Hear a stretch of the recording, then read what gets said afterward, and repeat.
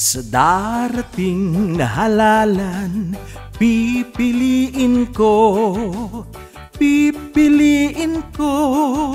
mga matitino. De Angelo Bam Aquino, Kiko Mendoza Espirito, Brosas at Franz Castro, dalhin sa Senado. Sinabato, Aimee at Bongo, kasama ang mga trapo. Kasama ang mga trapo, wag na nating iboto. 1, 2, 3, hello ICC, pasok na kayo dali. Wag papatay-patay, baka tumakas si tatay. DDS ni Duterte, di na mapakali. Sila ay mayayari dahil bagsak na kanilang hari. Magandang hapon po sa inyo lahat. Magandang gabi mga kababayan. Bukas na po ang INC Peace Rally na gaganapin sa Luneta at sa mga iba't ibang major cities in the country mga kababayan. At lalahukan po ito primarily ng mga members of Iglesia ni Cristo nationwide. Mga kababayan, hindi po natin alam talaga ang nature ng peace rally na ito. Hindi po natin alam kung ito ay punong-puno ng pagdarasal at panawagan ng pagkakaisa at katahimikan para po sa lahat. Hindi po natin alam kung ano po bang mangyayari. Pero sigurado po tayo na merong panawagan po dito ang INC. Mga kababayan, meron po tayong mga naririnig. Hindi po natin alam kung ito ay totoo. Pero meron po mga nagsasabi na ipapanawagan daw nila na pagbatihin, ayusin ang Sara Duterte, ang kampo ng Sara Duterte at Marcos.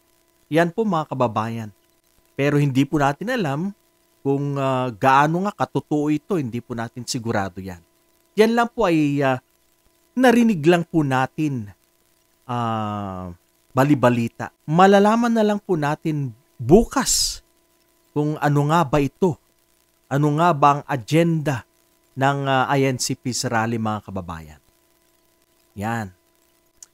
Actually, meron po tayong napanood kanina na in-interview and she's claiming that she's not member of the said church.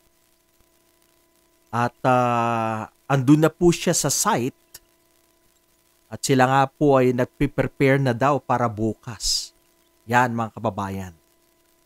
At na-mention po niya dito na hindi mahalaga ang impeachment na kesyo marami daw ang problema ng bansa at hindi dapat unahin si Sara Duterte, etc. etc.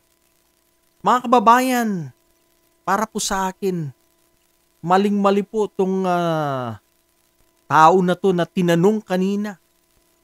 Actually, si Sara Duterte po ang problema. Siya po ang problema na dapat maaksyonan ng taong bayan. Nasa sa kanya po ang problema. Sila po ang gumagawa ng division sa atin pong bansa. Itong kampo po ni Sara Duterte at mga DDS.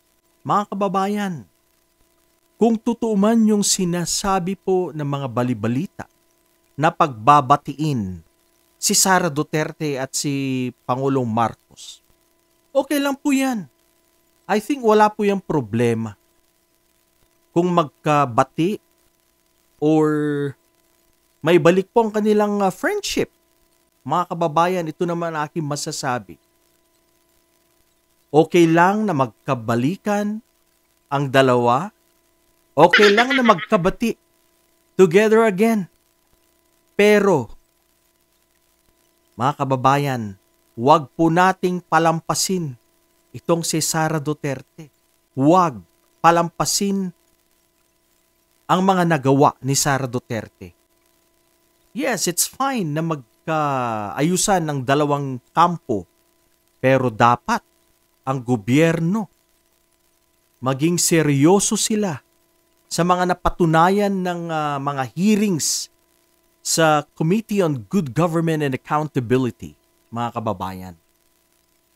Dapat habulin pa rin si Sara Duterte sa mga perang nilustay, ginamit sa hindi tama dahil pera yan ng taong bayan, mga kababayan ko.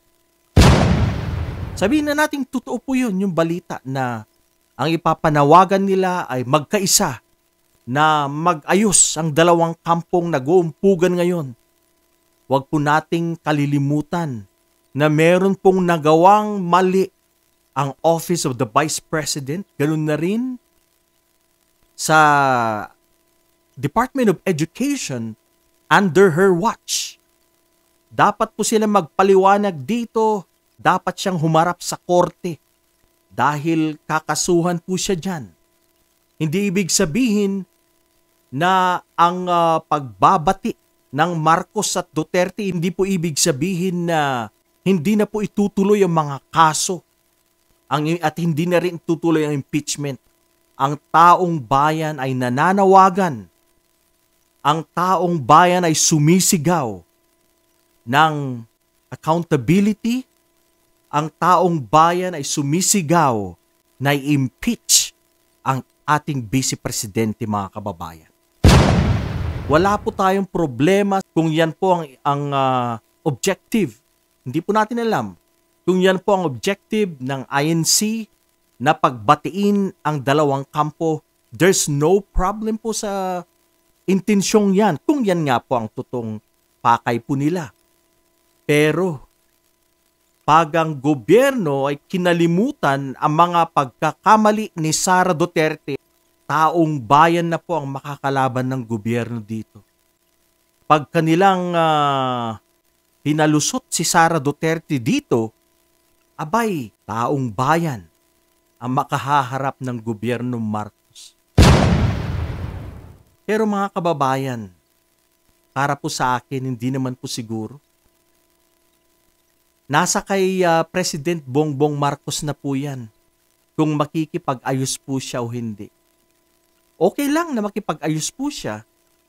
Okay lang as long as ituloy ang impeachment, ituloy ang mga kaso laban kay Sara Duterte.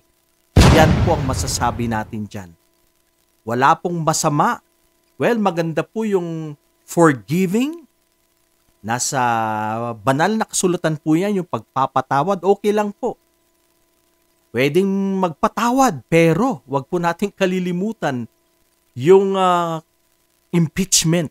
Wag po natin kalilimutan yung mga kasong isasampa or nakasampa na kay Sara Duterte, mga kababayan. Ito po ang aking masasabi dahil bukas na po, inaabangan ng napakaraming Pilipino ito pong peace rally na to. At by the way, sa January 18 po, suportahan po natin, sinusuportahan ko po ang pagtitipon ng mga Pilipino, halo-halo na po yan, mga vloggers, mga Pilipinong may pagmamahal sa bayan, January 18, sa EDSA Shrine, kung hindi po ako nagkakamali. Ito po ay panawagan para i-impeach at patalsikin ang Vice Presidente, mga kababayan, si Sara Duterte. Atin pong sinusuportahan yan sa January 18. Kaya sa mga Pilipinong nagmamahal sa bayan, sa mga Pilipinong pinaglalaban ang tama para sa bayan, magsama-sama po tayo sa January 18.